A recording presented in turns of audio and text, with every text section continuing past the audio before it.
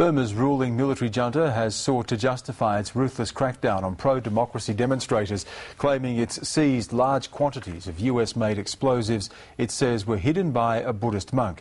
Monks were at the forefront of last month's protests, but there's no independent confirmation of the claim. The alleged discovery comes as the UN Special Envoy prepares to return to the country.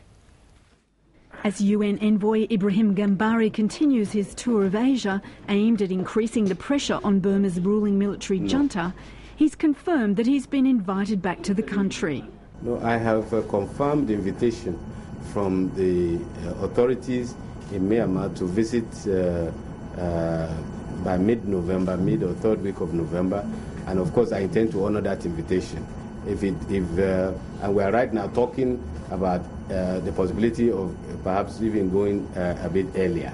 Gambari met both junta leader Tan Shui and pro-democracy icon Aung San Suu Kyi during his last visit 3 weeks ago. But so far he's failed to bring about a dialogue between the two sides.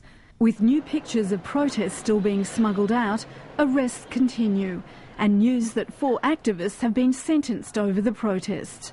Pro-democracy sources say there are about 4,000 monks and civilians still under detention, while the regime admits to about 500. More eyewitness accounts of the military crackdown are emerging.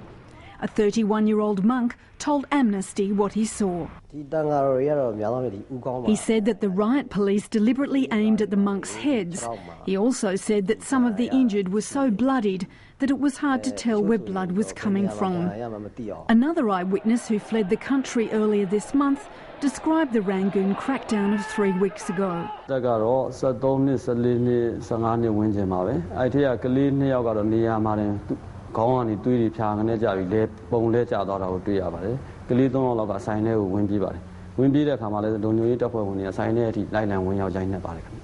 He's among a growing number of refugees fleeing the country. One group of Burmese asylum seekers has been held in detention by Australia and Nauru for over a year after being picked up on Ashmore Reef. The 7 want Australia to grant them asylum, fearing they'd be persecuted in their homeland. No decision has yet been made on their future, and with no end in sight, their supporters say they're feeling profoundly distressed. Jenny Lavelle, World News Australia.